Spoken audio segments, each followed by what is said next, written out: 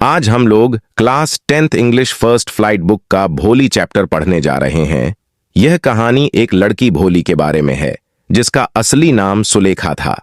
वह कुछ मस्तिष्क क्षति से पीड़ित थी और इसलिए हकलाती थी।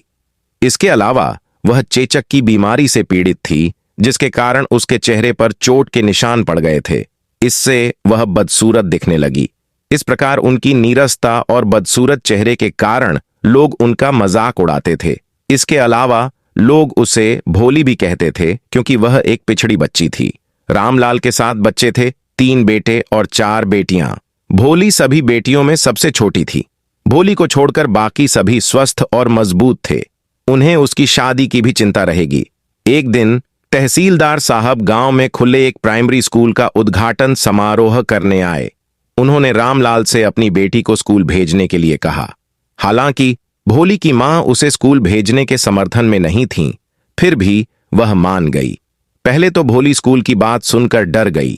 हालांकि जब उसकी ठीक से देखभाल की गई, अच्छे कपड़े और अन्य चीजें दी गईं, तो उसे विश्वास होने लगा कि उसे उसके घर से बेहतर जगह पर ले जाया जा रहा है। वह अपनी उम्र की लड़कियों को देखकर खुश थी। वह उनमें से एक को अपना दोस्त बनाना चाहती थी। हालांकि जब टीचर ने उसका नाम पूछा तो वह हकलाने लगी और सभी लड़कियां हंस पड़ीं। इससे वह बुरी तरह हतोत्साहित हो गई। वह रो पड़ी। लेकिन शिक्षिका एक दयालु महिला थीं। उसने उसे बोलने के लिए प्रोत्साहित किया। इसके अलावा उसने उससे कहा कि अगर वह रोजाना स्कूल आएगी तो वह अपनी हकलाहट पर पूरी तरह से काबू पा सकती है। इससे भोली में आशा और नए जीवन का संचार हुआ। साल बीत गए। गांव एक छोटा शहर बन गया। इसके अलावा छोटा सा प्राइमरी स्कूल हाई स्कूल में बदल गया। अन्य सुधार भी हुए हैं। भोली के लिए विवाह का प्रस्ताव आया। ये एक लंगड़े बूढ़े आदमी का था जिसके बच्चे भी बड़े हो गए थे।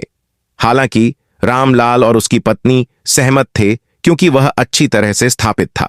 भोली की बहनें अपनी बहन की शादी में धूमधाम और वैभव देखकर ईर्ष्यालु थीं। हालांकि जब दूल्हा दुल्हन को जयमाला पहनाने वाला था तभी एक महिला ने दुल्हन के चेहरे से पर्दा हटा दिया।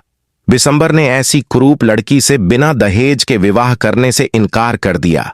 रकम का प्रबंध रामलाल ने किया। हालांकि भोली ने ऐसे लालची व्यक्ति से शादी करने से इनकार कर दिया। उन्हें बिना हकलाए बोलते देख लोग चौंक गए। दूल्हा वापस लौट गया।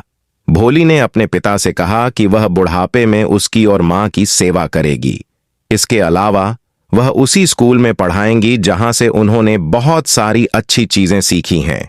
अगर वीडियो अच्छी लगी हो तो हमारे चैनल AK स्टोरी को लाइक सब्सक्राइब करना ना भूले और हाँ कमेंट में जरूर बताना ऐसी और वीडियो देखने के लिए धन्यवाद।